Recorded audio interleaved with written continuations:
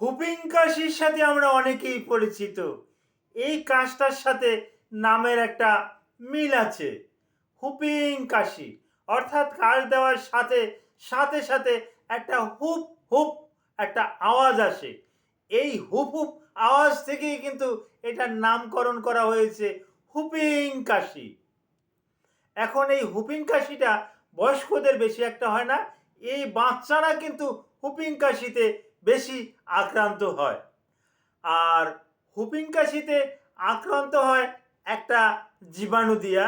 জীবাণুটার নাম বোর্ডে বোর্ডেটেলা পাটুসিস। আমি আবার বলছি, ব্রোডেটেলা পাটুসিস।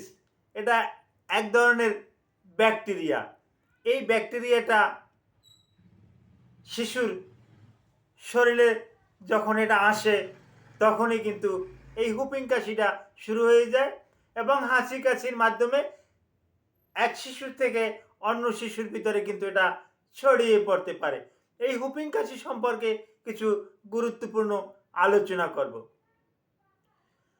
আসসালামু আলাইকুম রহমতুল্লাহি ও বারাকাতুহু। আমি ডাক্তার মীর শহীদুল ইসলাম। আমার চেম্বার শুভেচ্ছা 255, ঐতিহ্যবাহী শেখঘাট, সিলেট। জি, গুগলে গিয়ে ডাক্তার মীর শহীদুল ইসলাম কথাটি লিখে সার্চ দিলে আপনি আমার সম্পর্কে বিস্তারিত তথ্য পেয়ে যাবেন। দর্শক শ্রোতা, আলোচনা করব হুপিং কাশির উপরে। এই হুপিং কাশিটা এই সিজন চেঞ্জের পরিপ্রেক্ষিতে, যেমন এখন কিন্তু বর্ষাকাল না, কিন্তু দেখা যাচ্ছে যে 2 দিন 3 দিন এই বৈশাখ মাসেও 2 দিন 3 দিন 4 দিন এক নাগালে বৃষ্টি থাকে।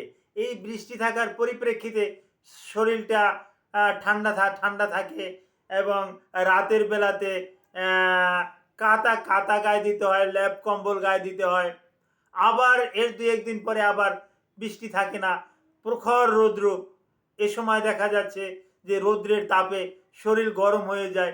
এই যে গরম ঠান্ডা, এটা আপনি আমি মানিয়ে নিতে পারলেও এই যে শিশুরা আছে, বাবুরা আছে, এরা কিন্তু এটা অতি সহজে কিন্তু এটা আবহাওয়ার সাথে খাপ খাইয়ে নিতে পারে না।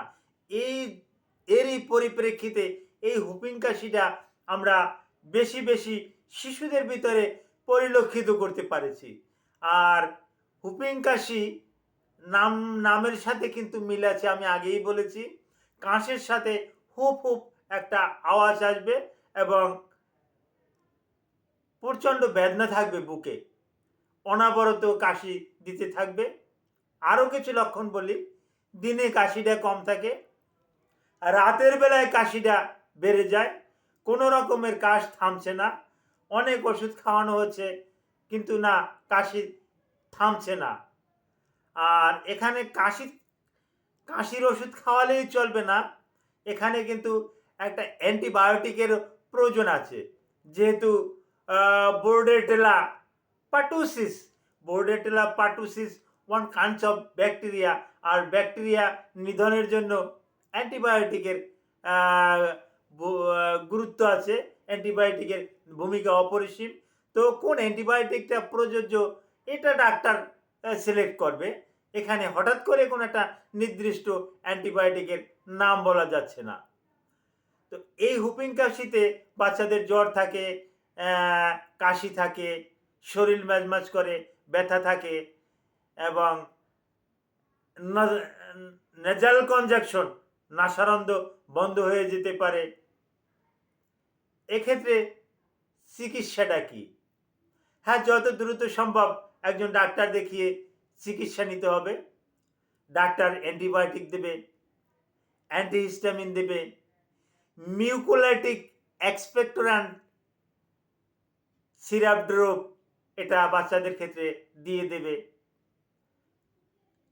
ডাক্তারের কাছে যাওয়ার পর ডাক্তারে আরও কিছু প্রয়োজন মনে করলে পরীক্ষা নিরীক্ষা দিতে পারবে। এর ভিতরে সিএক্সআর দিতে পারে, বুকের এক্সরেটা দিতে পারে, সিবিসি সিআরপি এই পরীক্ষাগুলো দিতে পারে।